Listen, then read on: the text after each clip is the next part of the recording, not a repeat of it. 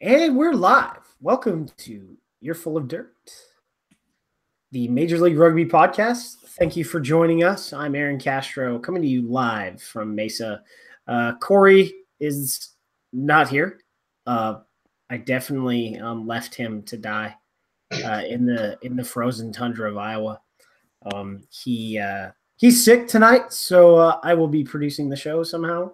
And Dan and Victor are kicking it in New York City. Dan, man, we're gonna talk about that. Josh, out there in Denver, I'm in the comments. I guess on Twitter. So if you hashtag EOD Pod, I'll be looking at that. But Dan, you went to Miami this weekend, right? No, I didn't go to Miami this weekend. That's next weekend. Oh, which I'm really excited about it, but I'm really upset because it happens to be the exact same day as the first real match for Rugby United New York. So the first real match. Yeah, I mean, the last match was a lion.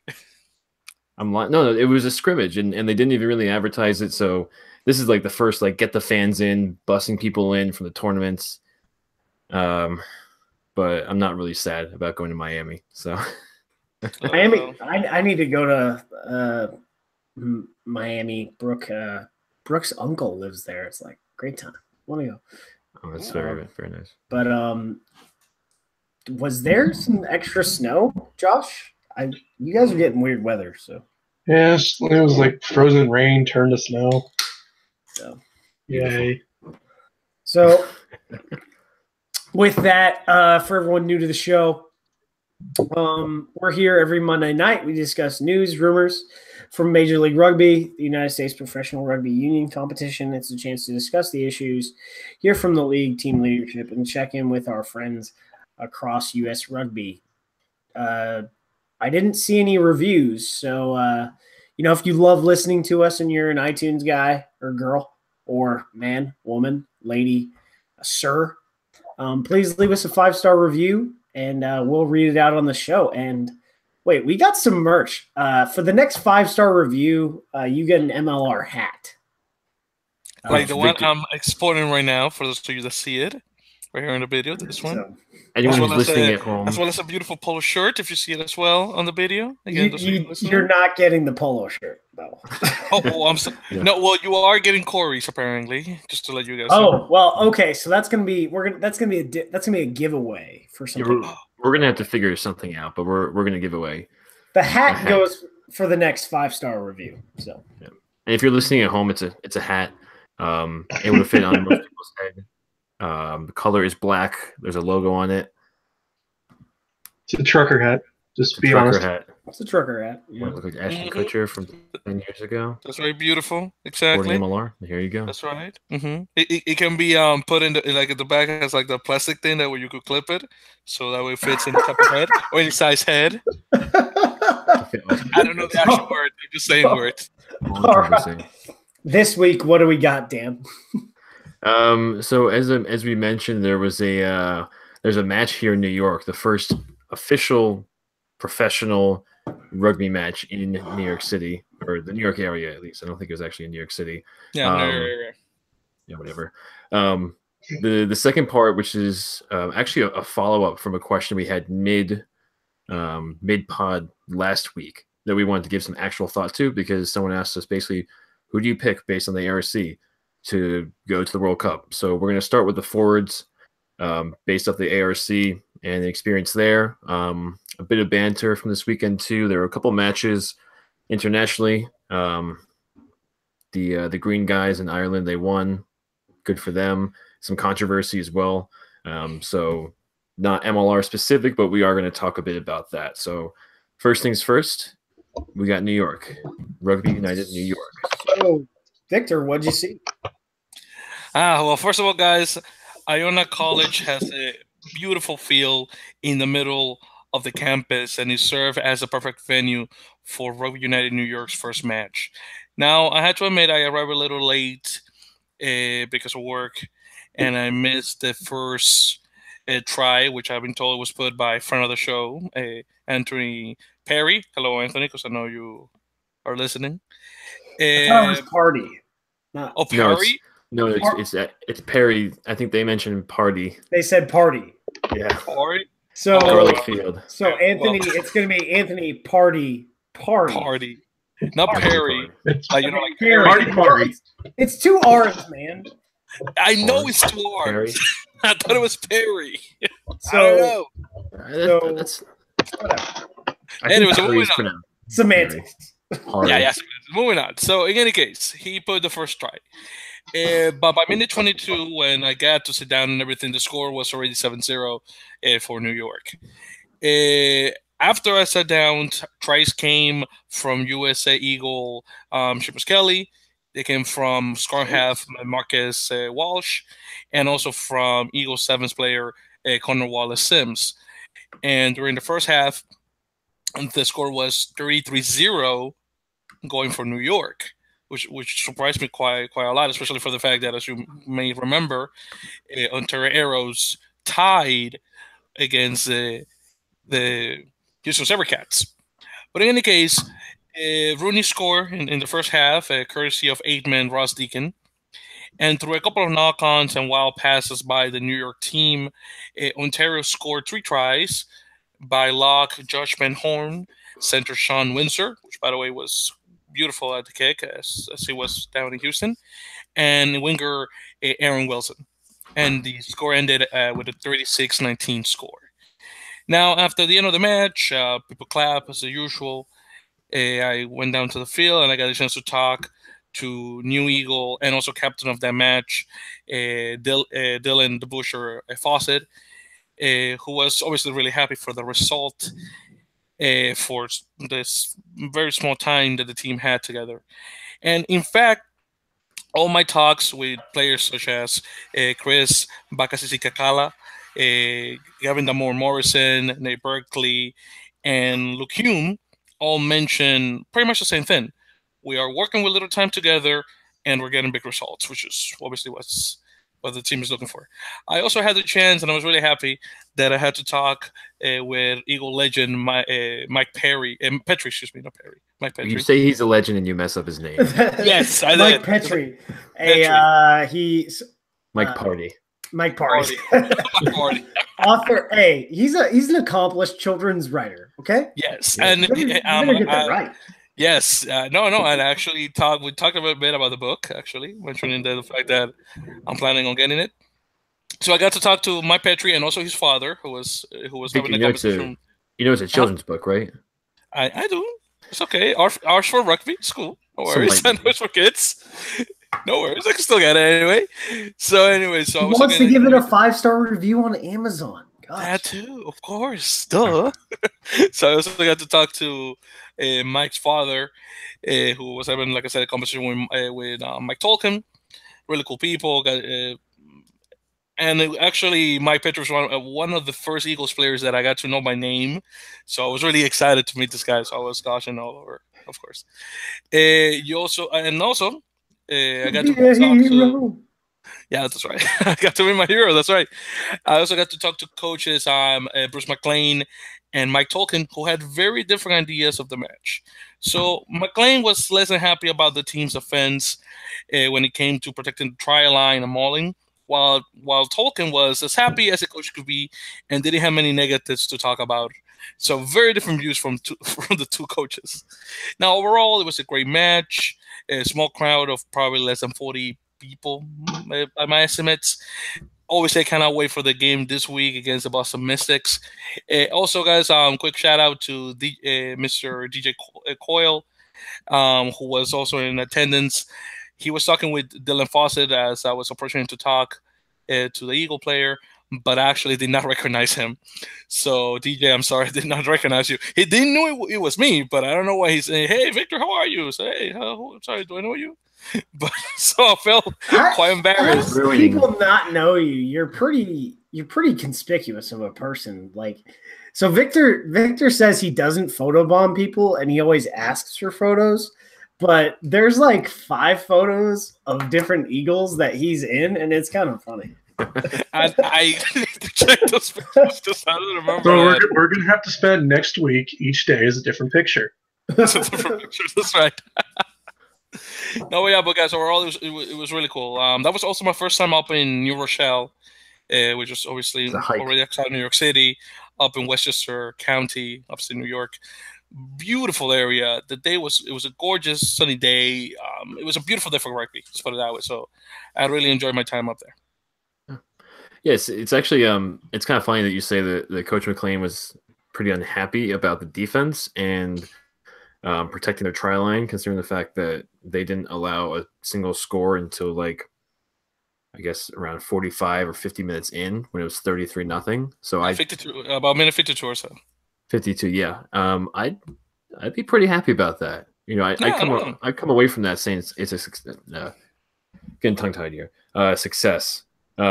But actually going off that too, you also mentioned that it's really, I guess, awesome to see them do so well against a team which just a couple weeks ago tied the Sabercats, a team that is practicing professionally, has been full preseason, brought in a bunch of players, including Olympic gold medalists and overseas players, and you know this team won by a lot. So I'm getting pretty excited for this team. Not a single player on this team has even really been recruited yet. It's all I think essentially Nyack and Old Blue for this week. I was because Nyack and Old Blue didn't recruit all these people beforehand. Yeah. Whatever.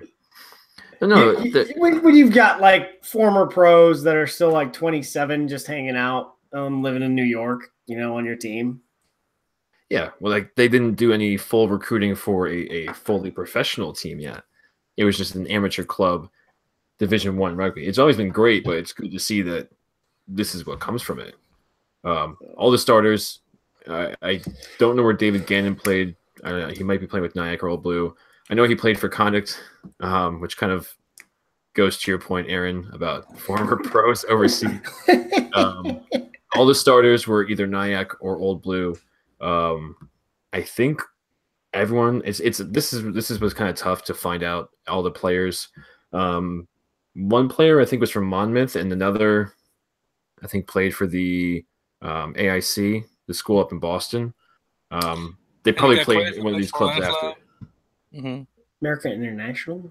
Yeah. That's it. I wrote down AIC and I completely forgot what it actually was. Yeah, so, American International. Good job, Emmy. And then you got Chris, that plays for Lansdowne up in Woodhaven in the Bronx. Oh, is that Chris? Which I can't pronounce his last. Yeah, Bakasisi Kalala, whatever his last name's pronounced. I think that was actually pretty good. We're usually terrible with names. I mean, you see that we have issues saying we are terrible. Bakasisi Kala. Ow. Yeah, exactly. Bakasisi Kakala. So like.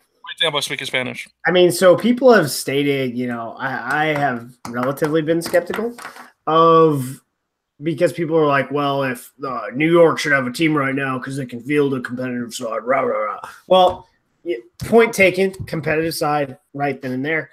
Brian Ray noted that there were 5 changes for Ontario, so I don't really know if this was their best side or if their best side played against Houston. But the reality is that, it's still a very talented club. And, they went from tying Houston to getting dominated by Rugby United New York. So it's going to be they definitely have the talent to play this year on the pitch. What they don't have and what they're going to build over the next year and a half is the infrastructure required to do so. So, they'll definitely be a solid anchor in the Northeast, I think. Mm-hmm. No, I was saying, like, if you were to just drop them in right now, I'd probably put them near the top. And then I kind of want to see what the return match looks like, because Ryan Ray mentioned on the ML Rugby Reddit subreddit that they're going to bring in some Canadian internationals. Bulk it up.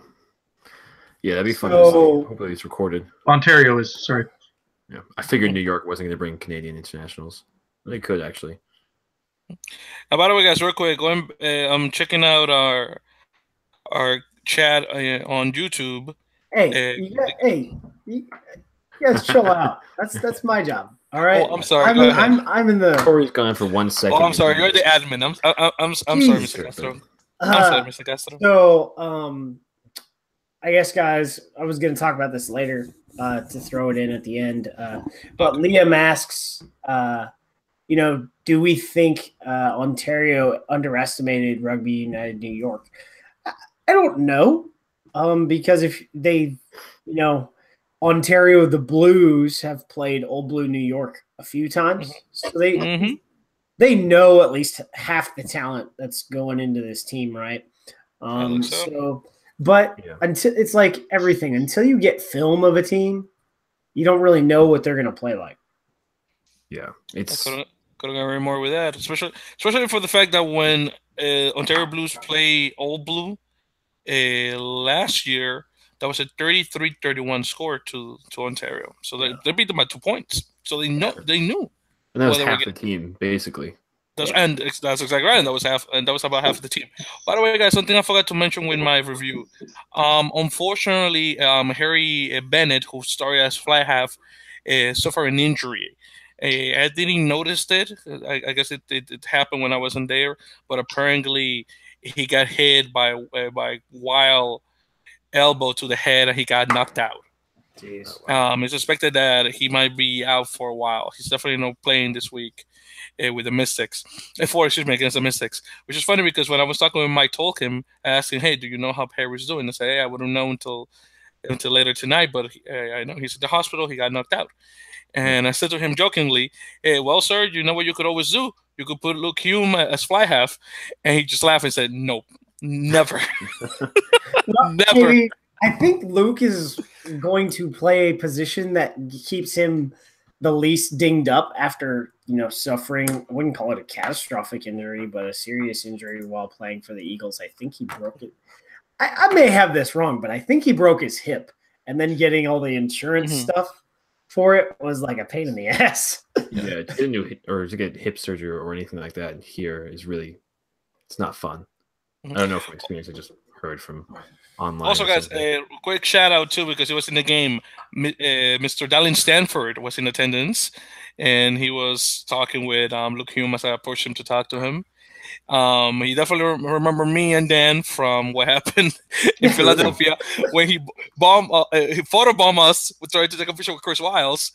And actually, as we speak, most likely him and I believe 20 other individuals are flying to England for the whole scholarship team that the WBI is doing. 29 other individuals. So but I actually think he's not a recipient. I think he's part of the group that helped put it together. So he's getting I think he's part. Yeah, friends of the British Council. I think he's part of that. Yeah. So yeah, but that's from Monday to Sunday. He's coming back with them on Sunday of this week. Cool. Well, that's awesome. That is. I completely agree. So are we moving to the next point? Yeah. So moving on. This kind of topic is called. It's called 30 Tickets to Japan. You see this on This is American Rugby because for the men's sides, the women's sides was different. You can take 26 active players and 4 inactive players. So for the Women's Rugby World Cup, they were only able to take 2 inactive players. So you have 4 injury replacements to your total squad of 26, and obviously only 23 play on match day. So 30 tickets to Japan, 30 tickets to the World Cup, guys. We're doing forwards this week, and I think we'll do backs next week. So just jumping in, guys. So let's go with the front row first. Heck, let's just go loose heads first. So on my list, I've got TD Lamosatelli as the number 1, Ulahala Mungaloa as the number 2, and probably Eric Fry as the number 3 if he's healthy. And then there's also like an outlier who we haven't seen as an Eagle yet is Chance Wengleski. Basically based on that is like Lamosatelli is the guy, and for we me, all know that. And Ulahala Mungaloa really impressed me in those 70 minutes he had to play against Georgia, and then he he acquitted himself pretty well, playing like 70 minutes a game after Lamosatelli returned to Saracens during the ARC. So what do you guys got for loose heads? Yeah, I mean, mine I did a little bit differently because I was writing mine out and I realized it looked almost exactly like yours. So I want to show that I do have independent thought. But for this case, yeah, I picked my front row pairing, like obviously you wrote it down. My front row is the exact same thing as yours. Yeah, so, the way that I did mine, I only picked the players who I think should be the starters based solely off of the ARC. So it's kind of weird because I only picked people who were in the ARC. So I didn't actually pick like Sam Manoa, who would undoubtedly be with the team if he is actually still playing, which I don't see any reason why he wouldn't. But I picked Lamosatelli, Tafate, and Waldron as my front row, as my starters, at least based off of the ARC. Well, what about you, Victor, man? Well, the ones I have, again, mirror pretty much yours, and you'll see as we go along. So, again, I have Titi Lamosatelli. I actually have, to challenge you guys, I have Anthony Porvora. And, of course, I also have Hulu Holo Maungaloa. Now, Purpura is, I know he's sort of like a periphery type of Eagle player, as in he is in the mix, but since he was out for so long and now he came back during the John Mitchell era, people are sort of still iffy about him. But for what I have seen, I think the guy can definitely make it to Japan if he stays healthy. And if his level of game goes up, now signed with the San Diego Legion. Yeah. It all really depends on what happens throughout the season with MLR. But so far, I have, again, Purpura in my listings. I had Purpura, on my list as the number 2 here because he did start over the summer, but he wasn't called into the squad officially during the fall, but was in Georgia. I don't understand what was going on. He wasn't the game. Just hanging out, man. Just spending my money, flying to Georgia.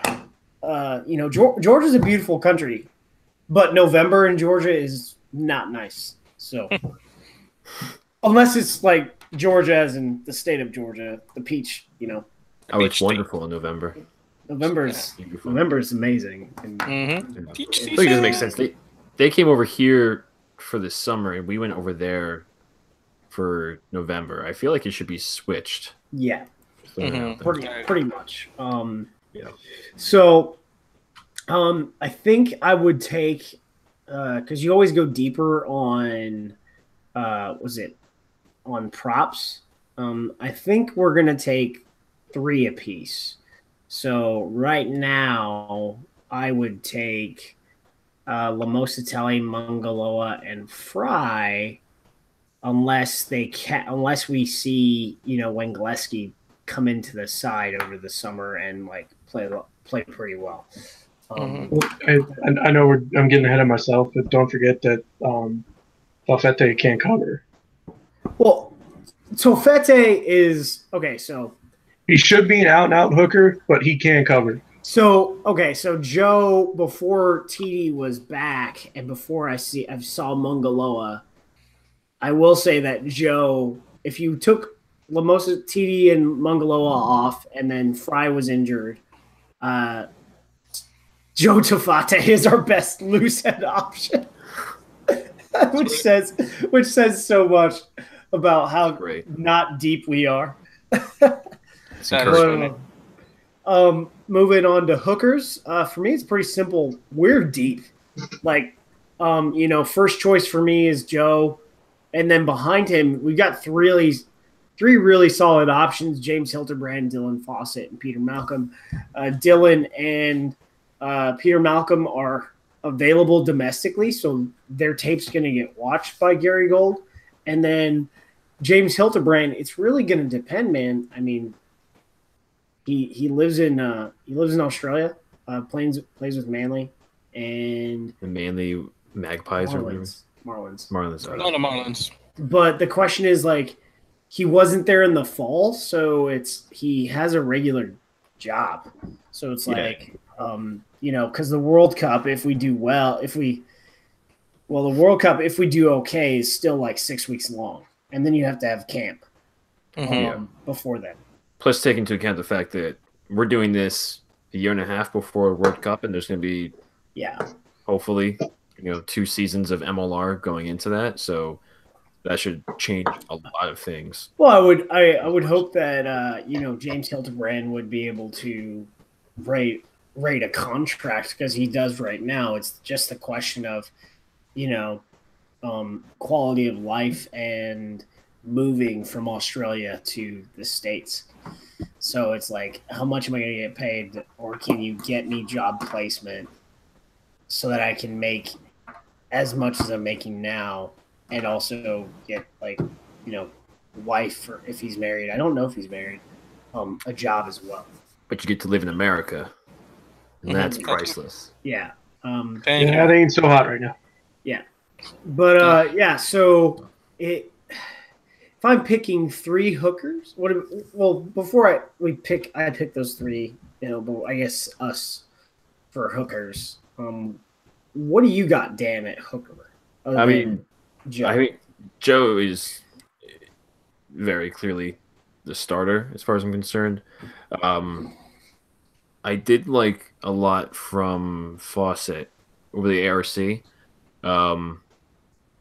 He played right. I know I just said that he was good, but I'm making sure not to give someone else. That'd be kind of weird if I said he was great and it turns out he didn't play the entire time. He started 3 games.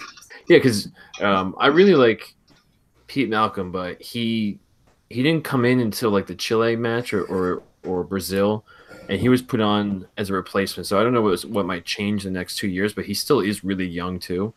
So I think that plays a lot into it. He obviously has professional experience playing with the Aviators, but I think I might put him at 3. I'm gonna be perfectly honest. I don't really know how to evaluate front row, as well as, I guess, other people like you who actually play front row. So to be honest, if we're all being honest here, I would say, Hildebrand and Malcolm pretty much play the same style. They're smaller than Joe and Fawcett are. Fawcett's a big boy. I think that's Joe and Fawcett are big boys. Oof. Joe's pushing 300. Well, he's not that big, but he's pushing. Yeah, I think he's like 270. I thought he was like 290. I could have sworn he was like 290. Half dozen looks kind of like a 9. I'll tell you this, guys. When I was talking with Dylan's about my height, and I'm about 5'10", 5'11", but he's just really wide. That I noticed. But his neck is the size of my leg. I didn't pay attention to that, but he's really wide. I guess that probably helps a lot too, because Pete's great, and I loved him, especially as a captain for the APC. I think he's a little bit smaller, and then if you're playing against, like, I don't know, England or France or Tonga, who else is in our pool? Actually, that might be important to know who's in our pool before even analyzing all this stuff. I'm really on a roll today. So you got England, Argentina, France, Argentina, and Tonga. Yeah, you're right, Tonga. Yeah. So those guys are going to be kind of big, so you might want to have some sort of weight to push off against that.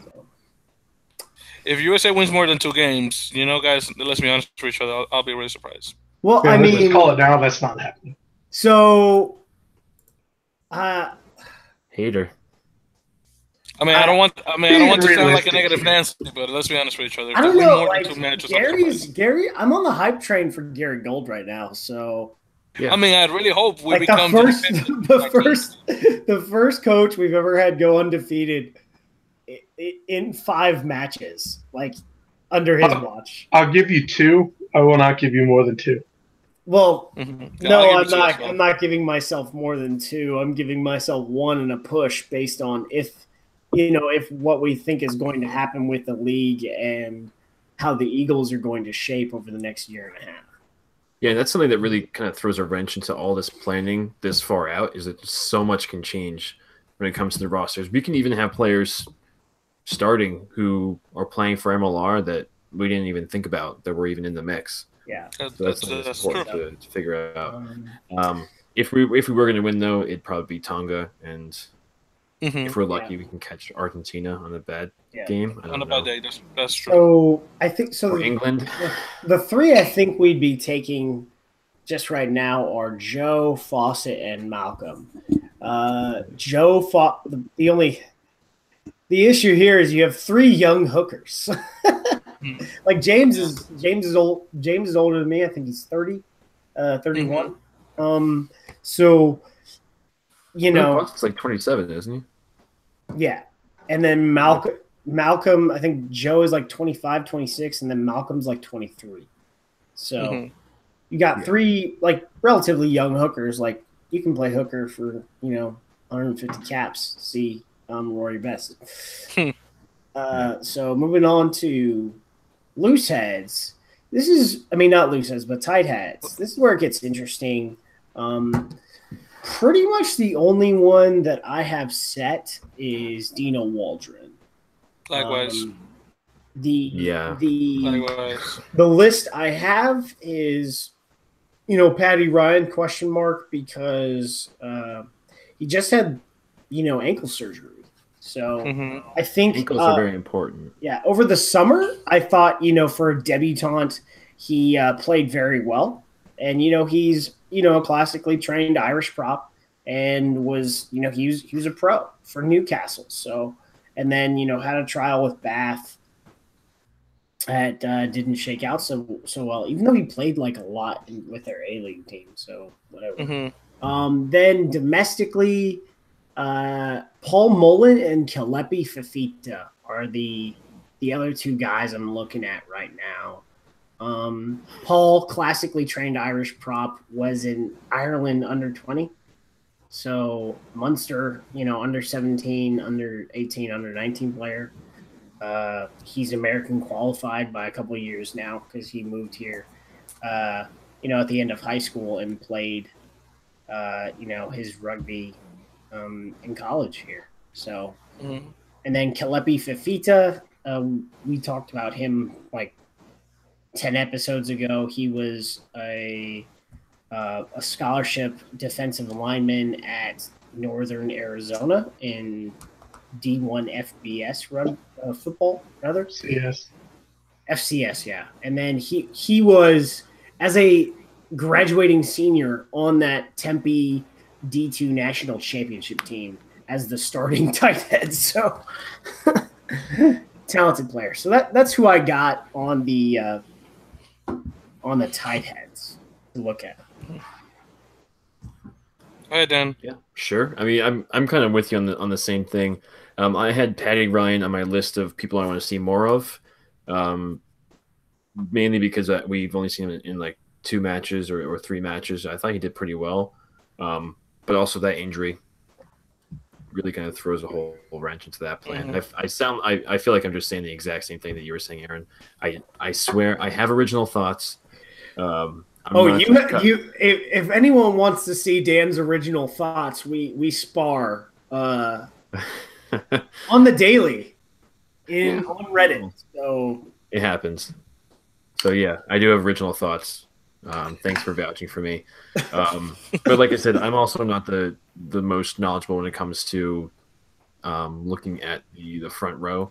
I see them a lot. I say those guys are big, and I see them tackling each other, and that's about it. Of course, a flanker talks like that. Yeah, that's part of the reason, right? Yeah. Yeah. Well, guys, same with me. Patty Ryan, Paul Mullen. And Dino Waldron. Dino Waldron is already you already tagged that guy. It's already there. The dude is killing it.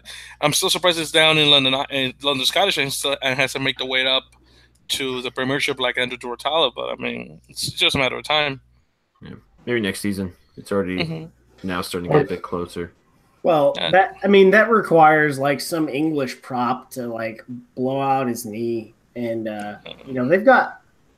I think Worcester was just like clawing to try and not get relegated, and Duratalo was just tearing up the championship. So They needed someone.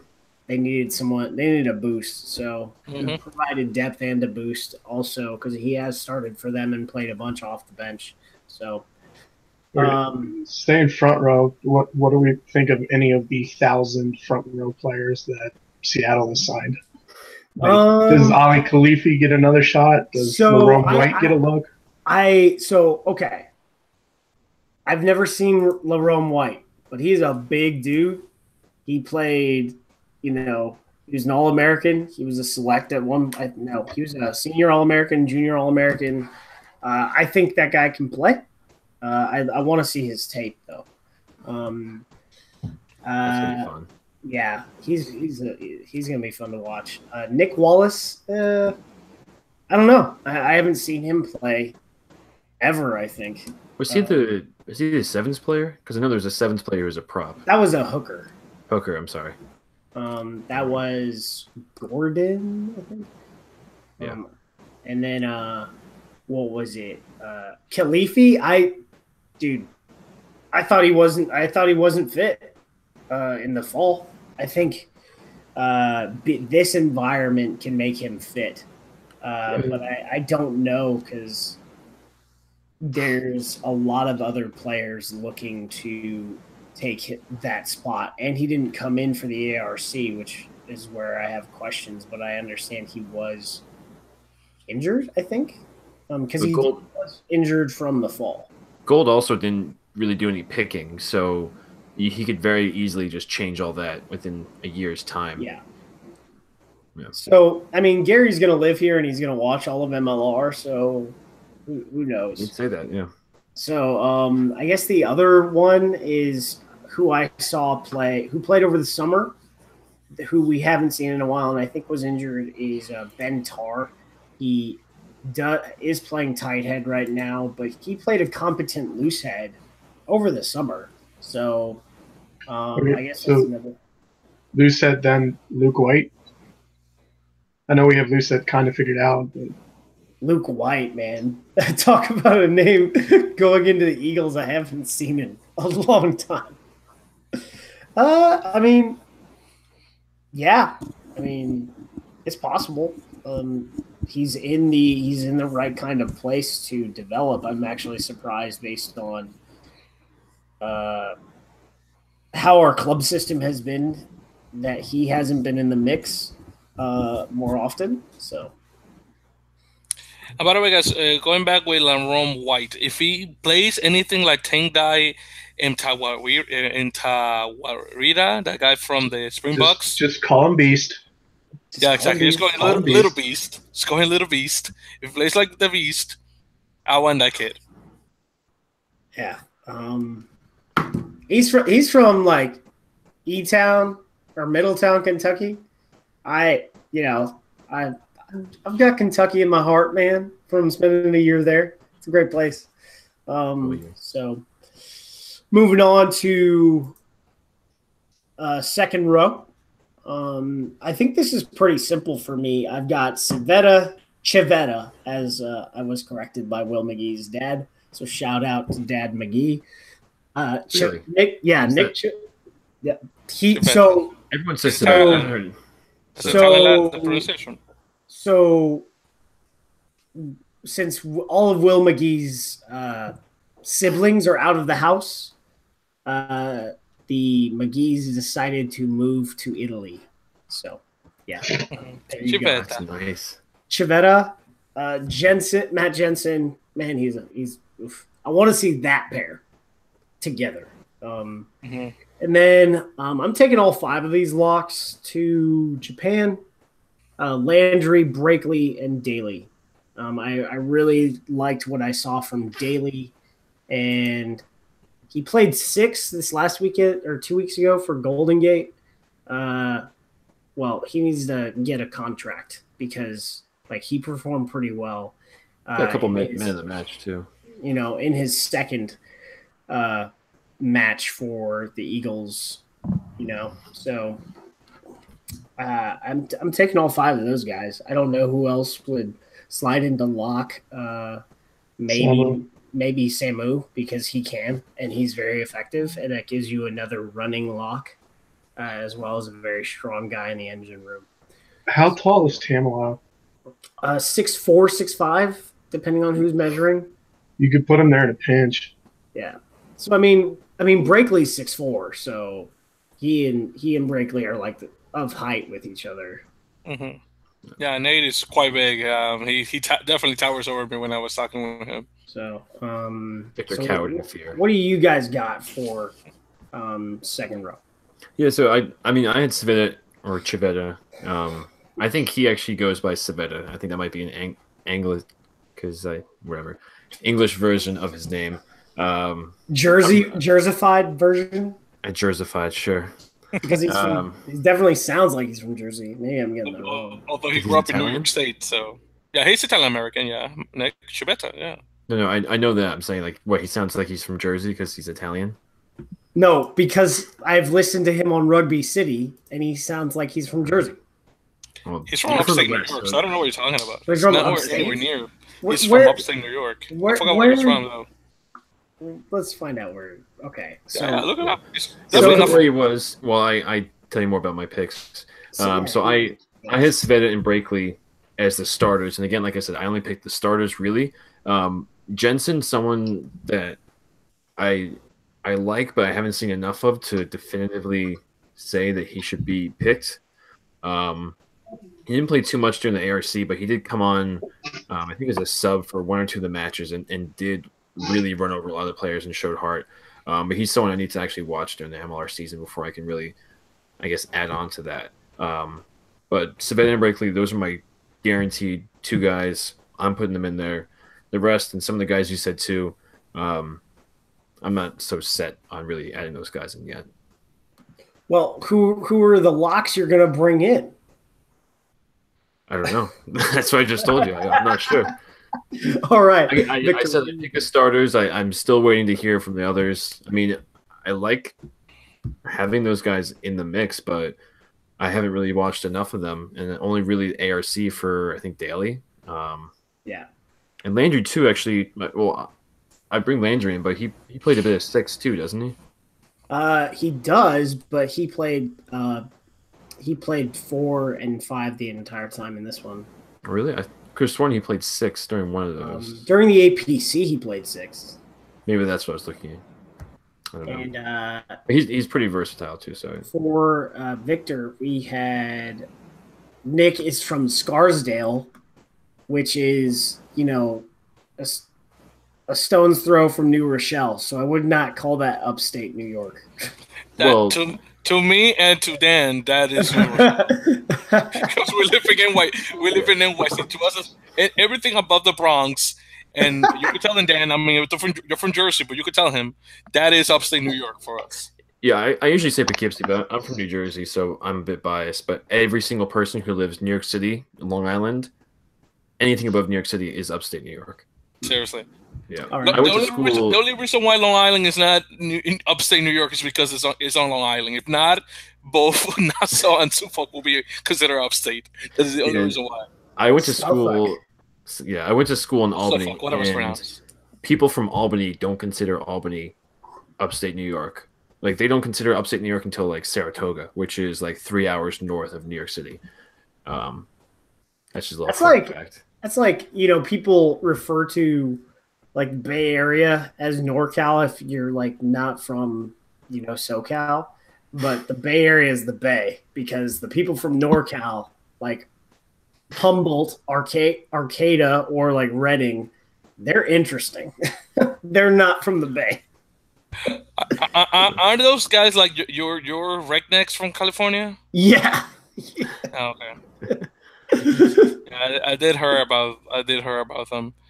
So, by the way, how's that Jefferson thing going up there? Do you know?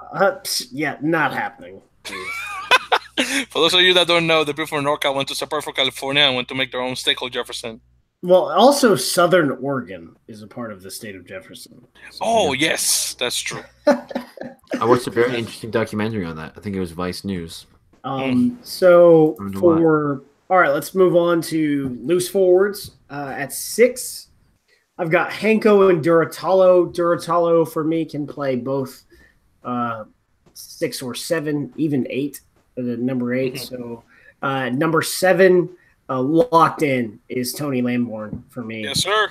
And number 8, I think the issue is Manoa's ever availability. Is he available? If he is, we saw what he did against Georgia, man. Like, oof. But if he starts, Dolan needs to be. I don't care where you put Dolan, right? If Lamborn is at number 8, you can put Cam Dolan at scrum half. I don't care, but he's but he's on. They're like you. They just have to be on the pitch at the same time to me. But you know what? If you put Cameron Dolan in but check this out, guys. If you put Cameron Dolan in scrum half, he becomes the 9 forward. If you think about it, yeah, he becomes the 9 forward. Think about it. Well, I mean, so we're sort of messing around with bigger scrum halves right now. So if you guys saw Ruben DeHaas, he's 6'2". He's bigger than I expected. Dang, I could have sworn he was tiny. Same, Victor. For some reason, I thought he was like 5'9". That's what I thought too. I don't know. It's like I just had this short picture in my head. It's probably just because he's young. That's really it. And that could be. Well, I mean, those Afrikaners, you know how big they get. Yeah, the pictures too that we saw were him with other kids who were 18. They just may have also happened to be freakishly big for 18-year-olds. Yeah, seriously. So I think that was it too. I thought he was Faf the Clerk size. If you know how tall Faf the Clerk is, I freaking love Faf the Clerk. Yeah. So that's what I got. And then the outlier at number 8 is David Tamilau. He might be left behind. So yeah. So I 150% agree on Hanko. I wrote Hanko's name 4 times actually because I was so emphatic about him coming on. I think he's like 6 foot, so he's 6'2". Come on now. He's 6'2". Okay, for some reason I thought he was much shorter. I mean, it's still relatively small compared to everyone, but he's got the fight inside of him that I just wanted to see on. Duratalo is also 6'2", but Duratalo has him by like 25 pounds. Duratalo is 245. Hanko might be 220. Yeah, he's. If he eats a gallon of ice cream that morning. Hanko's all lower body too. I'm gonna recommend if you're listening to this, Hanko, do not eat a gallon of ice cream. Don't listen to him. Just putting it out there. Don't listen to him. Don't eat your ice cream. Hanko's pretty jacked. I'm just saying that. Yeah, he is. He's. I mean, his. Duratalo's bigger than him. He's just a country boy from Nebraska.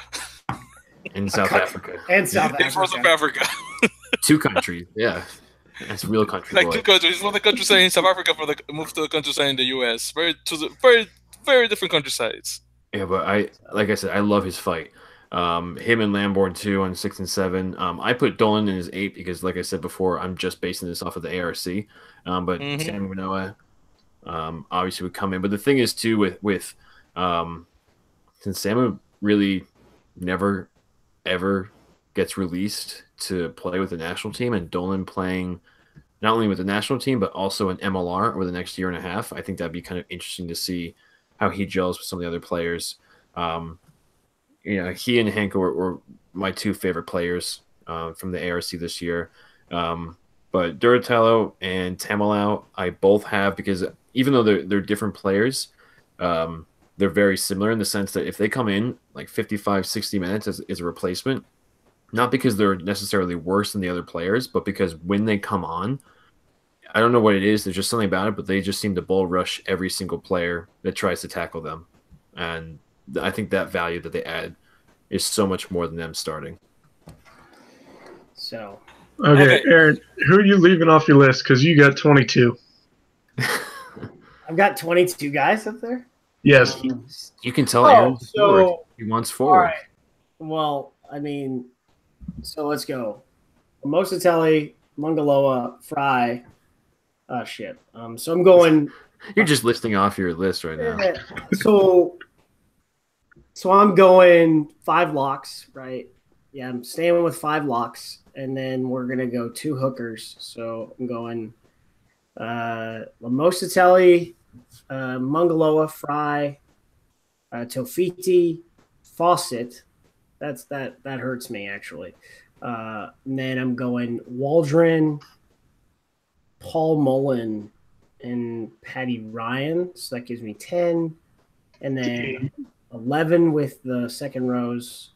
And then, not 11, but 15. And then we're going Hanko, Duratalo, Lamborn, Manoa, and Dolan. What was that? So 5 more gives me 20. That's a bit. Okay, so all right, let me. So TT, Hulu Holo. Yeah. Joe, Dylan, Dino, Patty. That's 7. Mm-hmm. All your locks. That's 12. Mm-hmm. Well, that's 11. Yeah, 11. Oh, that's 12. 7 plus 5 is No, 12. because TD, Hulu, Joe, Dylan is 4. Yeah, that's right. Waldron. 5. No, we're going Paul Mullen. Let's go Paul Mullen. So 6. Okay, 6. And then let's go 11 with those 5. Yeah, exactly. Second rows, and then so 6? Give me 16 with Hanko, Duratalo, Lamborn, Manoa, and Dolan. Yeah, 16. Okay. Yeah. This is a time where I really miss Corey because he would have jumped in. He would have said the Wednesdays are counting podcast. Oh, dude. Tune in for that. Would just in. Yeah, I miss you, Corey. I might. So that gives me 16. We need a utility prop. Who's a good utility prop? That'll give me 17. So, do we have one? A good one? Well, I can't. To be honest, off the top of my head, I can't think of one. Well, right. I would say Ben Tarr because last time out with the Eagles, he played 1, and right now he's playing 3. So that's what I got. Well, there you go. So 16 forwards right now is what we're doing. Mm-hmm. And maybe after we do the list for the back line, we might shift that around to 2 more to 18. Yeah, I guess we didn't really think this part through. I'm probably gonna go over by like 7 players at least without even realizing it. But this is sort of like my dream of who I'd want to actually come on. But any other add-ons for this? It seems like we're all pretty much in agreement. In agreement. Yeah, I'm looking at my guys. I'm looking at my list, and the same thing in terms of the locks, which I mentioned them again. Nick Chivetta and Nick Verkley, definitely my starters. Brennan Daly and Matt Jensen come close. Those are probably more bench players, at least in my opinion, for me. Then you got Hanko Hermanscheiss, Tony Lambor, and Duratalo as the flankers, with Cameron Dolan, David Tamalau, and Samu Manoa as 8-men mostly. So yeah. Yeah. All right. So I made it a topic. It really should be like trending bullshit, not an actual topic. So that's a new topic we're gonna have in the future. Trending bullshit. We took time away from this so we could talk about the Eagles. Yeah, exactly. So I'm not gonna name your name, but dude, you got to go away. This is a trademark sitter. This guy tried to file for the Major League Rugby trademark and never received a registration number. And the league has registered they've got 2 registered trademarks, and apparently his November application to mess around, is now going to submit, is being, approved for publication somehow. But, sources direct, because the league has been informed, and the league will take legal action when your trademark is published. Go away. There we go. There you go. I don't need to say anything else. Yeah. Right. So, moving on. Player signings. Coming out of NOLA Gold is Engel number 446. Tim Engel. Eagle number 446. Tim Moppin. First cap was down in 2013. Victories against Georgia and Russia. Let's get back to beating Georgia, guys. Previous to earning those caps, he was, an Eagles select player in the 2013 America's Rugby Championship, and it was an A-side comp. Scored 2 tries in 3 matches, so he can. That man can score. He appeared for the selects again in the America's Pacific Challenge down in Montevideo, and man, one of the names that you get to hear in Spanish, Timopin. No Mauping. No Mauping. Like Mauping makes more sense. It was my favorite. That was a good one. So collegiate All-American at St. Mary's, played for Olympic Club, and he's currently at Trinity College. While he's working Trinity University in Dublin, playing for them while also working at Blackrock College. Dan. Yeah, very nice. So we got another great signing by the Warriors. Utah Warriors. Oh, Utah Warriors. Yeah. That's to make officially Glasgow Warriors. Yeah, very important to actually post that because David Tamalo got signed by the Utah Warriors, Eagle number 475. Tavita. Yeah, probably. Tavita. Yeah, Tavita. Tavita, which Tavita. Is David in English. Yeah. So we actually told that I think someone said that they have to their names have to end in a vowel, so that's why it's Tavita. That's a little fun fact there. So I think about 15 to 20 minutes before Utah actually announced that they signed him, there was news that came out that Glasgow Warriors were looking into signing him as well as his cousin, COC Mahoney. Mahoney, thank you. I didn't know they were cousins. Yeah, they are. Yeah. Oh, cool. I didn't know either, but they were both looking to make a move. It was in the French press the week before that they were going to sign with Glasgow. I think I have a French press. I broke I broke mine last week. Thanks, Brooke, for buying a new one. Thanks. No, I don't have a French press. I'm not that fancy. Yeah, so there's a whole thing just saying that they were looking to go to Glasgow, which makes sense because the CEO of Glasgow or Glasgow, Dan. Glasgow, not Glasgow. Whatever. Nathan Bumbries. I'm sorry to my Scottish people listening, okay? Glasgow, no, I'm sorry. My neighbor is actually Glaswegian, so I should know that. And I did say that just so I can say Glaswegian. I'm sorry, Glasgow. What were we talking about? Oh, yeah, so article came out saying that he was going to sign for them. We said his name was Nathan Bumbries, Aaron? Yeah, Bumbries. He works for them. He's American, but he's working for the Scottish team. It's actually a really cool story. I remember I think someone posted somewhere. But that's part of the reason why there have been a lot of Americans signing for Glasgow. So out of nowhere, he signs for Utah, which I was saying just a while back how it would be kind of cool to see him sign with a U.S.-based team. And then I'm not sure what CS he's doing, but back to David. Went to West Texas A&M. He's playing as a defensive lineman for a few years before his current Warriors teammate, Alex Tucci. So he was a U.S. U19 and U20 Junior All-American selection for the Junior World Cup in 2008 and Junior World Championship in 2009. Returned to rugby in 2015 to play for San Francisco Golden Gate. Attended the Taranaki Academy in New Zealand. Returned to the States, played with the San Francisco Rush in pro rugby. And then when the season ended, he went to Newcastle before going to Narbonne. And that's how he ended up in France. And now he's back in the States, which is really awesome. Yay! Yay. Cool. And guys, the third player, which by the way, the first one I don't know if I mentioned, but Tim Maupin is signed to the Nola Gold. I don't know if I ever mentioned it, but Nola Gold. But in any case, so third player. Oh yeah, didn't mention it, but he's signed with the Nola Gold. Okay, mystery team. Just to mention it, he's Tim Maupin with Nola Gold. Find out next time. Exactly, Dragon Ball Z. No, Earful dirt, whatever.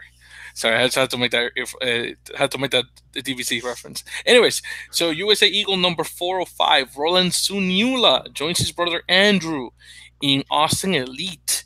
Now, speaking briefly about Roland, He is from Pago Pago, American Samoa, but grew up in Auckland, New Zealand. He debuted for the Eagles 7th team in 2008 for the Nawira, which turned Nakra and then ran Nawira.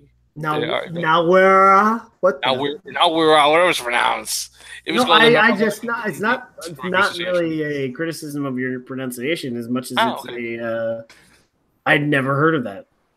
Well, yeah, it was called the North American West Indies Rugby Association, and then NACRA, and then ran so much easier Rugby Americans North. So anyways, we're the 7th qualifier for the Rugby World Cup. He appeared in 13 HSBC tournaments. He then played alongside his brother with the Chicago Griffins, but he played in various teams in France, such as FC Ouch, I think it's pronounced in French, Evian and Chalon. Chalon. In any case, so Zaniolo returned stateside and then played for the Ohio Aviators. Houston Sabercats. Houston Sabercats. No, Ohio Aviators for rugby. Later becoming a coach for Tiger Rugby Academy at the end of the league's life. And then in late 2017, we briefly touched upon it actually in the show, that he signed for Rugby Reggio in Italy, and how he returns to USA again. And it was actually my hope that he will come to MLR, and he is. So he has 17 caps for the Eagles. The last time he played for the Eagles was in August 2013 against Canada. And he made his international debut 4 years earlier against Ireland and played in the 2011. Ireland. Ireland. Or is it Ireland? I thought I said Ireland. But in any case, played in the 2011 World Cup. That's how they say it. Primarily as a center, but he has apparently played a handful of times as fly half for the Eagles. So, of course, congratulations to all three gentlemen for coming home. Some of them, actually all of them, coming home to play for Major League Rugby. There you go. It's the way it should be. Yes, of course. I want the boys to play home, of course. Yeah, of course. All right. Our tweet of the week this week, I was about to say year. Tweet of the week this week is by Thierry Delpon. Starts off with U.S. flag emoji, eagle emoji, number 333, number 397, number 405, number 489, number 505, number 514. Looking for U.S. MLR with Austin Elite Rugby winky face emoji. So all those numbers are the Eagles numbers. So that's Todd Clever, Andrew Signola, Roland Signola, Hanko Hammerscheis, Peter Malcolm, and Patty Ryan. All of them are playing except for the WWE superstar Todd Clever. Hey, it's Todd the Meat Clever. The Meat Clever. So Todd's supposed to play. I think WrestleMania might get in the way of the beginning of the season, but I agree. Todd is supposed to play. So, no, not really. It's on the second. Well, you gotta sip Mai Tais and stuff. Hit the banquet circuit. The thing is that as far as I know, Todd is in developmental with NXT, which is the developmental side from World Wrestling Entertainment. And I assume it's not confirmed that he's going to get signed, because obviously he has to go to training, he has to prove himself to the trainers over there I think their thing is in Florida before he even gets signed. Yeah. So that a couple of things have to happen before he starts. And if he does become an official wrestler, he's not going to start in NXT until probably next year, maybe late this year. So we'll see what happens. Wow. We've got our very own wrestling guru. So. Oh yeah, guys! The reason why I got into rugby is because wrestling was getting really boring, and I don't like MMA, so I got into rugby. Nice. I really don't like it. Let me just say something, because I watch wrestling too. Mm-hmm. Wrestling's cool. I watch wrestling from time to time. The storylines are crap right now, though. Thank you. Thank you. Yeah, go ahead, Josh. What was it? He hasn't signed yet. I think it's just a tryout. They brought in some rugby league player last year too for the exact same thing. Oh, come on. Huh, really? Yeah. Wonder who it was. They're trying to get athletes in, seeing if they can get interest. Yeah. Mm-hmm. So Well, Yeah, I'm not really keeping up with wrestling as I used to, unfortunately. It's getting kind of boring. The only right. extent of wrestling I have is playing WWF No Mercy on N64 when I was a kid. It was great. All right. It was the best game ever. Nah, bro. Nah, SmackDown versus Raw, bro. That's where it's at. Moving forward to trending topics. Josh. Do we have another ref? We have Refgate on our hands. Refgate. For all those that aren't aware. Romania Gate. It's Refgate. Okay, we're just gonna call it Refgate. Hashtag Refgate. Spain was on the verge of qualifying for the first World Cup in 20 years. Then they ran into Romanian refs. They did actually run into the Romanian ref. yes, they did. That happened. that happened later. So he was assaulted. I mean, not really. He got like tapped. He put his hands in. Spain lost to Belgium 18-10.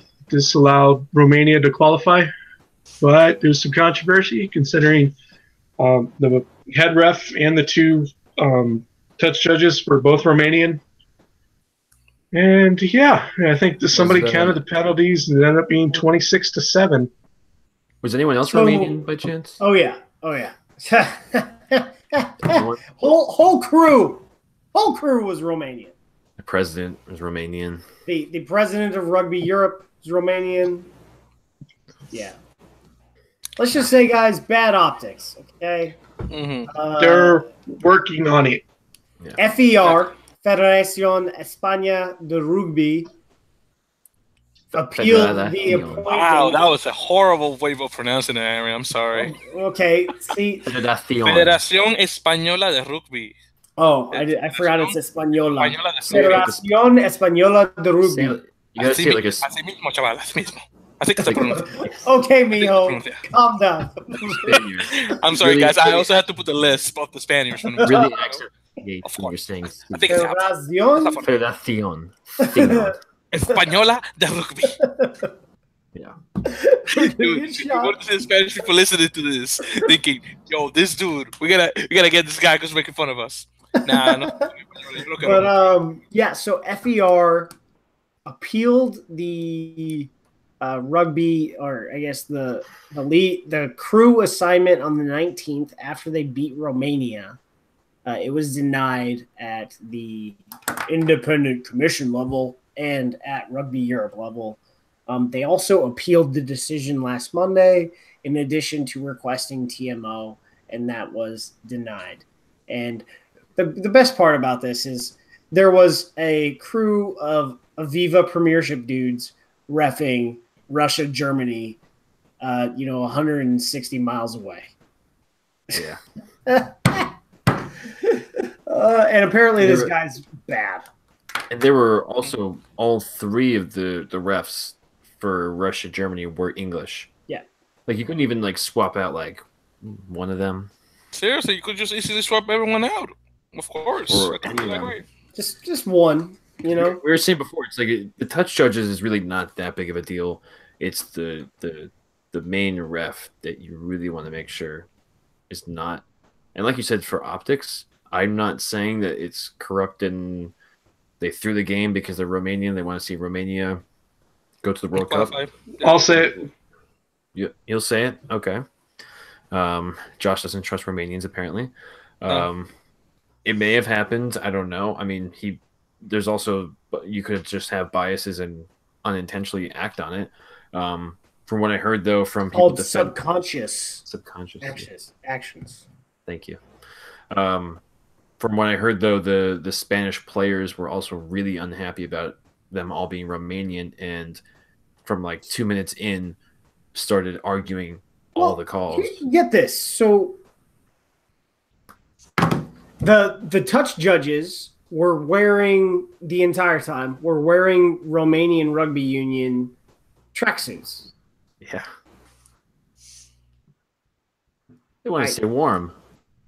Yeah, but there's no Rugby Europe tracksuits that they can hand out. I think Rugby Europe has like 3 employees, and the president they're all Romanian. From what I heard, I think the president is just like the Romanian guy who's the president. It's not like the CEO or something like that. It's more like it sounds like he's like more like an advisor role. I could be completely wrong, but that's what.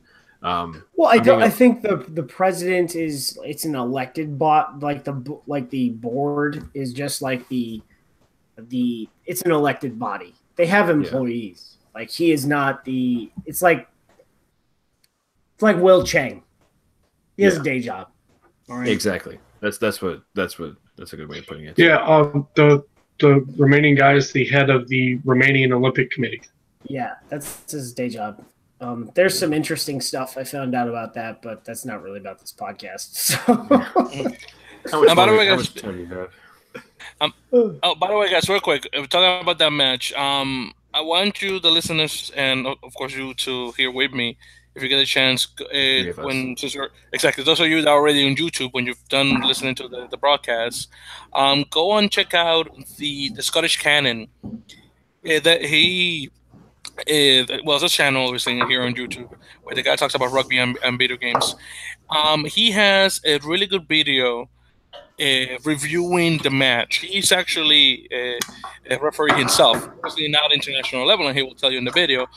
But he went over the match, and I personally really like the way he breaks things down. I watched that one too. I thought it was overall pretty good. There was also one in Spanish that I don't read Spanish, so I just watched the highlights, and it was like, this guy is brutal. Yeah, I mean, overall though, like we can go way back and forth over, how good the ref was. Was he clearly throwing it? That should have been a yellow card. That shouldn't have been a yellow card. Why were there so many penalties? And a lot of this, too, there's a Tier 2 and Tier 3 rugby forum, and that place freaking exploded with Romanians and Spaniards fighting each other like I've never seen before. Oh, the best part is, so Georgians and Romanians, basically hate each other when it comes to rugby, and they're all ganging up on Spain. It's kind of funny. Yeah. So, I mean, overall, this... on a more kind of depressing note, this just isn't good. No matter what the outcome is, they're not going to replay it. I would find it extremely unlikely for them to ever find anything to actually replay it. The only way this gets replayed is if they find some dirt on the ref. Like the ref was texting the other refs, like, I can't wait until the Belgians win, so Romania gets to go to the World Cup. Otherwise, I really don't see any way of that actually happening. So it's just going to stay the same, and then... But I could see the head of the referee commission being forced to resign, and possibly if the president of Rugby Europe is the only one forced to resign, it's like, okay, nothing's going to change. Yeah, and also he wasn't really involved, unless you can actually find him specifically telling them, like, no, don't change the refs. I'm telling you that, which I don't think he really has the power to do. Anyway, he's not really their boss for the most part, I guess. But overall, it's just not good. I mean, they don't play, and Spain's pissed because they could have made the World Cup, and then now they have to play up to 6 more matches just to qualify. Spanish players also flipped out at the ref at the very end. A couple of them. He was bad. It's tough to see from the camera angles, but you can definitely see at least one player touching the ref, but it's more like hand on the shoulder kind of thing. It's not like he didn't there's a video where it says they attack him. They didn't punch him and rip him. I think so with how close 2 of those players got, if they were really trying to do something, it would have been done. Yeah. The other thing too, there's a good picture of it on the BBC article about it. Oh yeah. I mean, I think Dan might have seen that one. I saw it. It was on posted on Tier 2 Rugby where he had him by the collar and stuff. So yeah. The other thing too was that someone mentioned this. I think it was the Egg Chasers who mentioned this, where it's very unlikely that the referee spoke all the exact same language as the captains from both teams. I know Belgians can speak 17 languages, so they may be able to communicate. Only French and Dutch. So the official language of World Rugby is English. So you either speak English, and you're supposed to speak English and the local language, right? I don't think a Romanian is going to speak Spanish.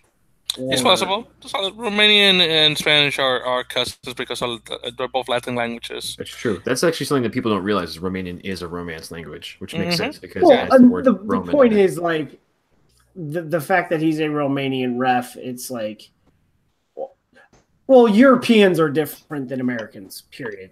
Europeans more often than not speak like 3 languages, but like Dan said on Egg Chasers, they were talking about. More than likely, he wasn't like really speaking like he wasn't speaking French, which the Belgians, or Flemish, if you're really funny. He wasn't speaking that language.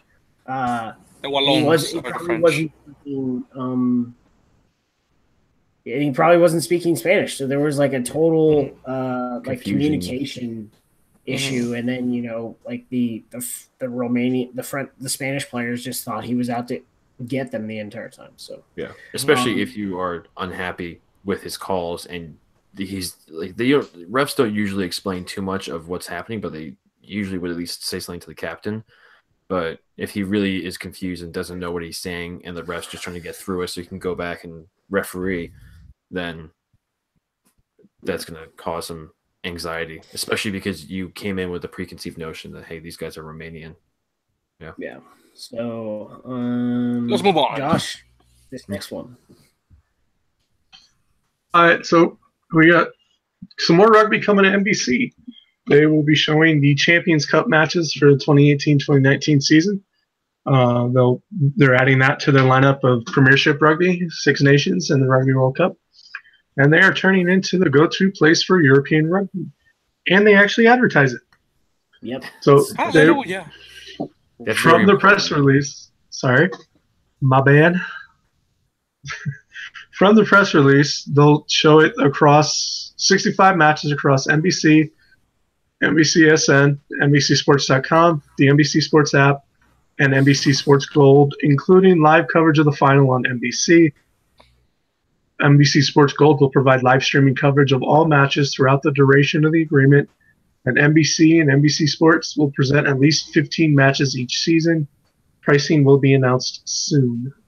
That's pretty cool. That especially the NBC Sports app is completely free, so you're gonna get like free matches via like your Roku if you desire, if you are a cord cutter like me. Yeah, $60 or cable login if you just want the regular NBC Sports. I know some people weren't 100% happy. Like here's the thing: people complain because they have premium sports, they get NBC Sports, but some of the games aren't live or you can't watch them on replay. But then they basically add like a second layer of paywall. Honestly, it's worth the value for what it is. People complain all they want, but they're still getting 2 to 3 matches included with their regular NBC Sports. I forget what it was though. Okay, so I think it was the way they announce it, like marketing. We gotta go marketing here. Yeah. They went straight up with the $60. If you had said $5 a month, I guarantee you more people would have signed up. So they went straight up with the 50, and then when they signed the deal with World Rugby, they went straight up with the 60, right? Mm-hmm. Whereas if they had said $4 a month, right? The first time for just the Aviva Premiership, I'm totally picking up what you're putting down. So the other thing too is I know a lot of people who watch EPL soccer, and they in general have similar complaints, but EPL's been around for longer and is a much bigger cash cow. So I guess they feel like NBC's really trying to milk that for as much as they can, because I think they paid for the next contract for EPL, they paid like $1 billion for soccer. Yeah. So so people are gonna complain. Oh, why can't I have all this rugby on NBCSN? Yeah. Well, part of it, I think they're working with Aviva to try and not have all the rugby at the same time on a Saturday, so that we'll have staggered start times. In general, because that's apparently just an American thing, staggered start times.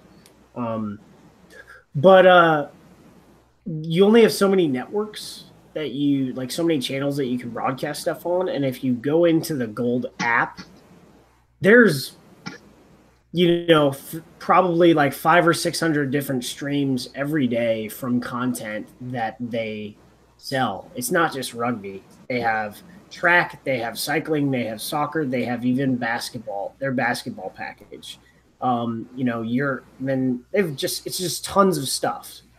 If you just wanted to watch sports, you could just buy a bunch of packages cycling, triathlon, whatever. It's pretty significant what you can pay for if you wanted to just watch sports. Yeah. Overall, it's a very good value. I mean, people complain about the Six Nations too, because it was behind the paywall. But I mean, like $60 for that. Like to go to a bar and watch it, you have to pay $20 every time you enter just to watch one day's worth of games. Some people were like, "Oh, I'll just go back to my illegal streams." I'm like, "Well, that's fine," but some people like myself are willing to pay the $60 for Six Nations, Premiership, Rugby World Cup, and now European Cup or Champions Cup. I'm sorry, as well as the Challenge Cup playoffs, like the semifinals and everything. Like that's $60 for that is great. And like I said, go ahead, Dan. Sorry. No, I was gonna say in England, you don't get it for that much. Oh no! Like so that's like when I was speaking to Dan Lyle about this, he's like, "Well, Americans are like, I don't understand why people are. Well, he understands why people are complaining. He's like, guess what? You have to buy 3 different premium network subscriptions to get all of the games if you want all of the games, right? Because you've got Sky, you've got BBC, and you've got BT, all with their separate rights to the Aviva Premiership. Mm-hmm. So like I said, I think it's a marketing thing. If they had gone with the, hey, you pay this low amount per month, I think they would have gotten more people, but they decided to go with the bigger amount. It's the same price. It's like marketing. It's marketing. It's like including taxes in the price when you buy something or not including taxes. You're going to see the price and say, oh, that's expensive, but you're paying the same amount. It doesn't make a difference. But I'm really happy. Yeah, I mean, I had it anyway, so it makes me even happier. But all this stuff coming together, I know Champions Cup, like ESPN wasn't even really airing it. Josh, you said like it's yeah, like they have it, they pay for the rights. We know you have it, we see it. They put all of it. All of it was on last year. Yeah, all of it. But what wasn't it in like? They didn't even get the English version. They went with the French language. It was the English. It was the English version. It was. They even had Challenge Cup a lot last year too. And Top 14, they actually had that too. And now they're playing like one top. No, they're not even playing Top 14 this year. Yeah, they are. They are. What? Yeah, it's on Sundays. We don't even know. That's the issue. We don't even know. On Sundays. Because they get Super Rugby on Thursdays and Fridays, some Saturdays, and then they've got the sevens now too. So yeah. So all right, moving on to news, views, and abuse. No abuse and really no views this time, but news. 3 items. Damn. So first one coming up, it's kind of cool actually. Utah is moving its first 2 exhibition matches to Rio Tinto Stadium, which is where Real Salt Lake actually plays. I think it could fit about 22 or 23,000 people. They're playing on March 30th against the Glendale Raptors, and then I believe they're also playing against Alberta Ontario. Wolfpack. Or is it Ontario? Ontario. Okay, so they're also playing against Ontario Arrows. I think the week after that. I couldn't actually find the exact date, but that's because the stadium that Real Salt Lake is letting them rent out, that their academy is using, isn't ready yet. So instead, they're going to play at the full huge stadium. So if you're in Utah, they're playing at the stadium. It's going to be a great experience. You'll probably see more people there than you would at an Eagles match. So it's already going to be, it's a relatively busy day. So get out there. I was always surprised that when that stadium was built, they never had an Eagles match there. Well, I don't know about an men's Eagles match there, but 2 years ago they hosted the Women's Super Series. I forget where that was played though. It was in Salt Lake City somewhere, so it might have been there, and it might have just So, Victor, what do you got? Well, guys, so and it's been a while that this has been on the app, but Ultimate Rugby, which is a very popular rugby union app, added Major League Rugby. Actually, late last year, although they didn't had the logos of the teams until this year. So if you have the app, you probably already know. If you don't, I definitely suggest that you download it. Download it. It's a good way to keep up with all the leagues throughout the world, especially with Major League Rugby now starting. I'm actually looking at the app right now. So again, definitely works for me. I know all the scores. I don't really have to bother to look around a lot. And you have teams from all over. So definitely worth the time. Also, if you can get the premium thing to it as well, definitely worth it as well. You get all the breakdowns and if you like stats like that, but if you don't, that's okay. That's just for crazy people like me. I was gonna be honest with you. All right. Final one is Thursday is the start. Yeah, Thursday, because it's the 22nd, is the beginning of National Media Week. So National Media Week for Major League Rugby is basically a week and a half. So that's pretty cool. In the run-up to National Media Week, tomorrow night, I've got Kenny Sexton. Yeah, Kenny Sexton. Angus McClellan, and Alex Tucci of the Utah Warriors. So we'll chop that up into 3 different lineouts for the podcast. I've got each for about 30 minutes. Maybe I can stretch it out a little bit longer. They will be on the show right after their Tuesday evening practice. Give me a second, Aaron. Kenny Scott, right? Oh, yeah, not Sexton. No. Kendrick Scott. Thank you. Kendrick Scott.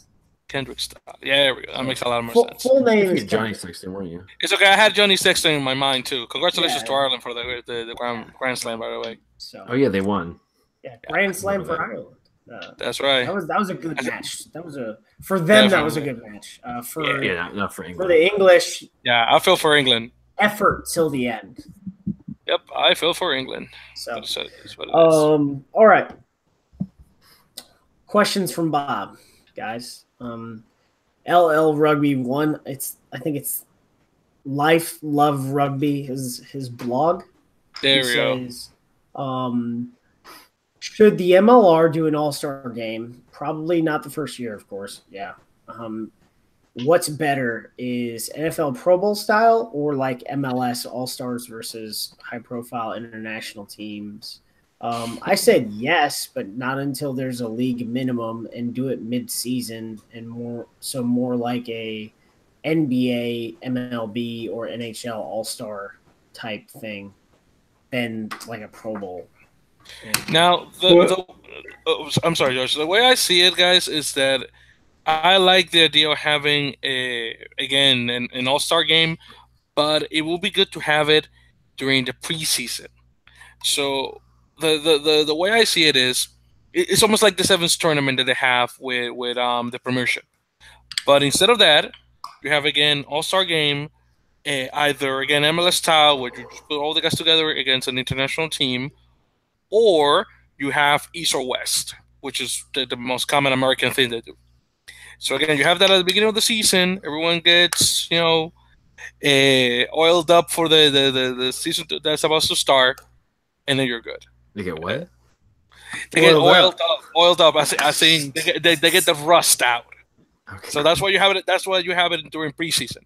Because if you notice, all major rugby leagues, whether union or league, they always have a small tournament before the start of the season. So in English Premiership, you have the Sevens tournament.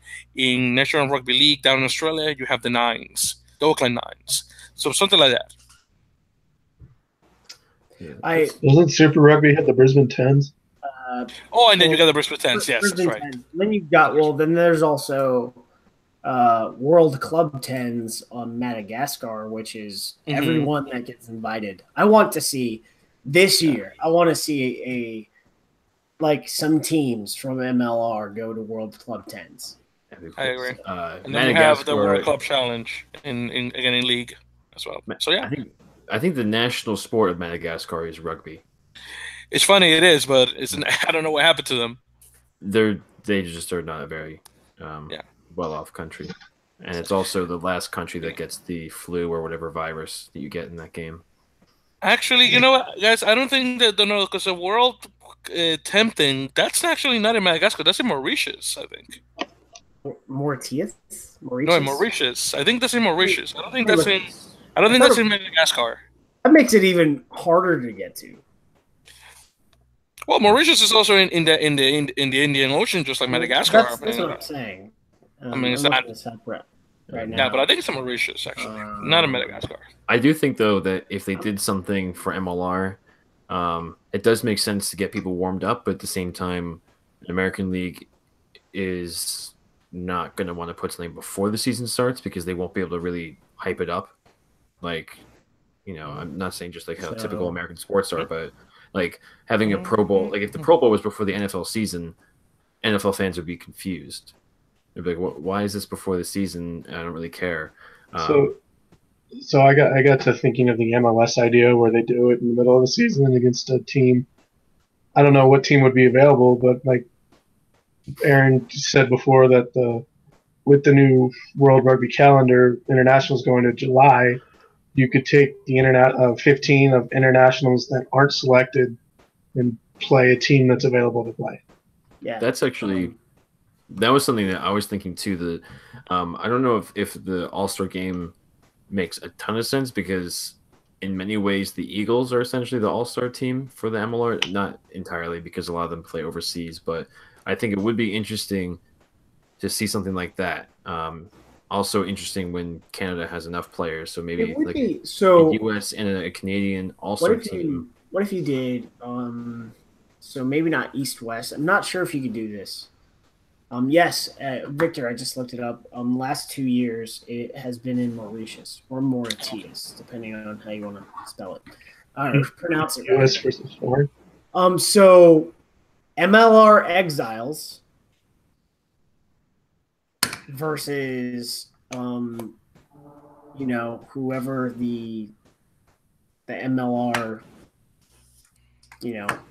not the Eagles. I wouldn't say the Eagles. I wouldn't call them that, but because MLR Exiles, so all the foreign players that aren't from Canada and the US form a team under a coach, and then you have basically Canadians from ML that are in MLR and Americans that are in MLR. That's your team. Yeah, that makes. Those are your two teams. I think that was something along the lines I was thinking of. But so Exiles versus North America, I guess. Yeah, exactly. Well, Exiles versus US. Yeah. Well, no, I mean, if you got Canadians North America. Canada. Yeah, I'd put Canada and US together. Yeah. Yeah. I maybe not at first because we don't have that many foreign players, but. Yeah, but that's the thing too. Like, you can only really have at most 5 foreign players per team. So how many? That's game day roster. Oh yeah, game day roster. But still, like, if they're how many foreign guys are they going to have on the actual roster that's not game day? Yeah, I guess that depends. Well, I mean, look at Seattle. They got like 15. But I do like that MLR Exiles versus Can-Am. Whatever. When I call it Can-Am Falcons, I don't even know. Whatever. All right, so Tomahawks. The Tomahawks. Okay, rugby league. Yeah, I mean, they're not using that one, so whatever. All right. Should MLR obligate it from Liam Madigan, the poach?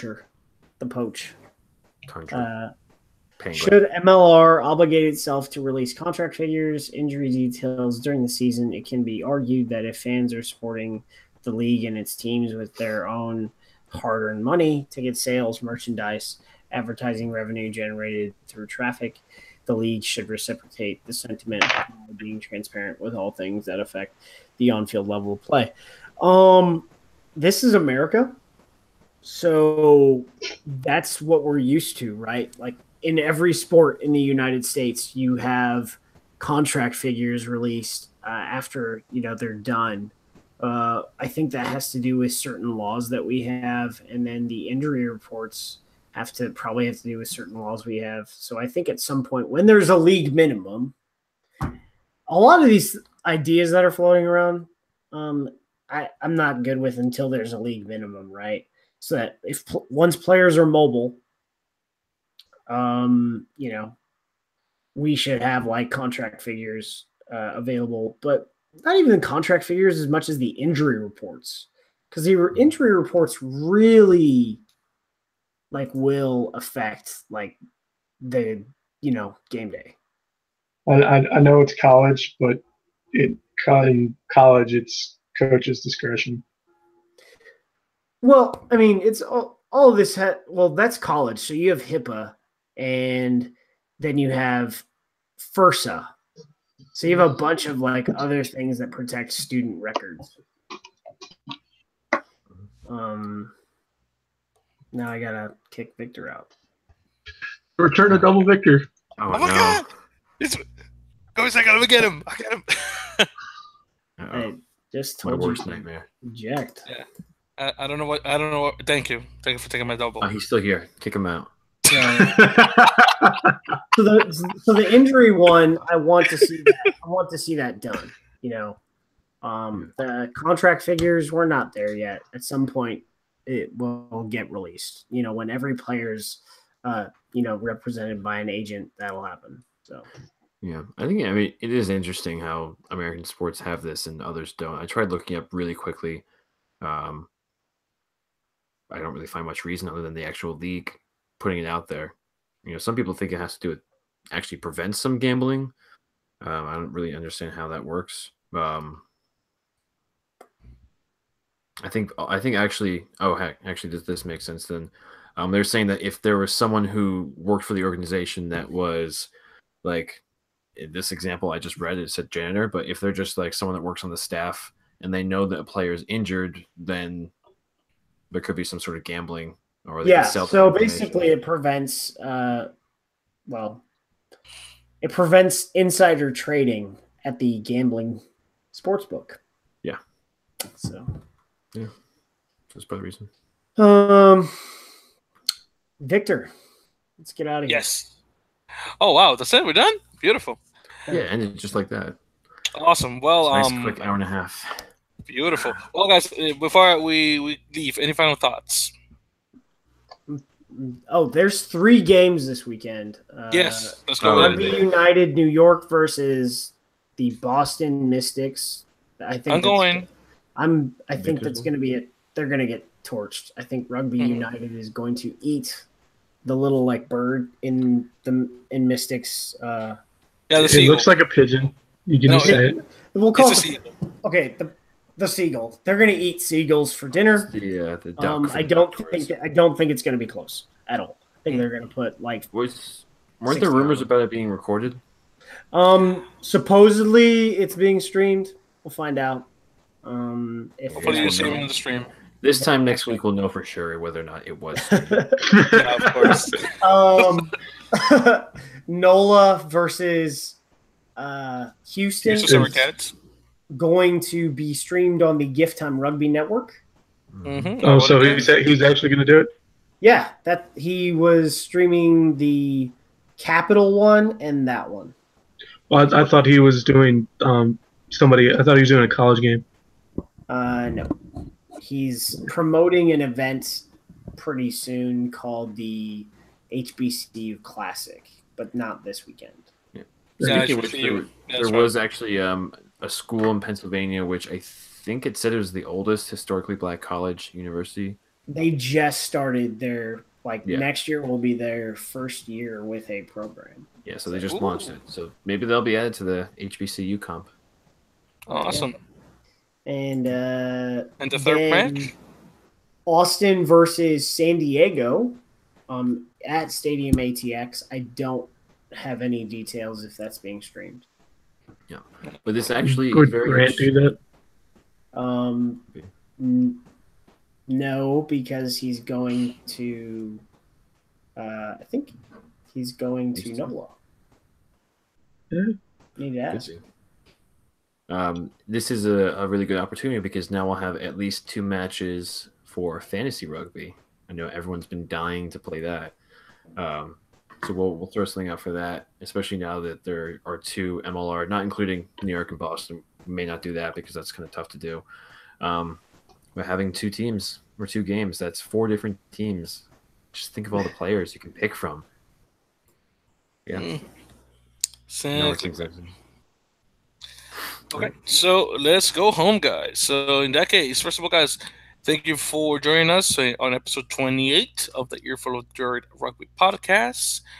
As always, if you haven't done so already, make sure to subscribe to our channel at Earful of Dirt podcast here on YouTube, so you can check out our live streams, which are obviously live, start at 10 p.m. Eastern, 7 p.m. Pacific time.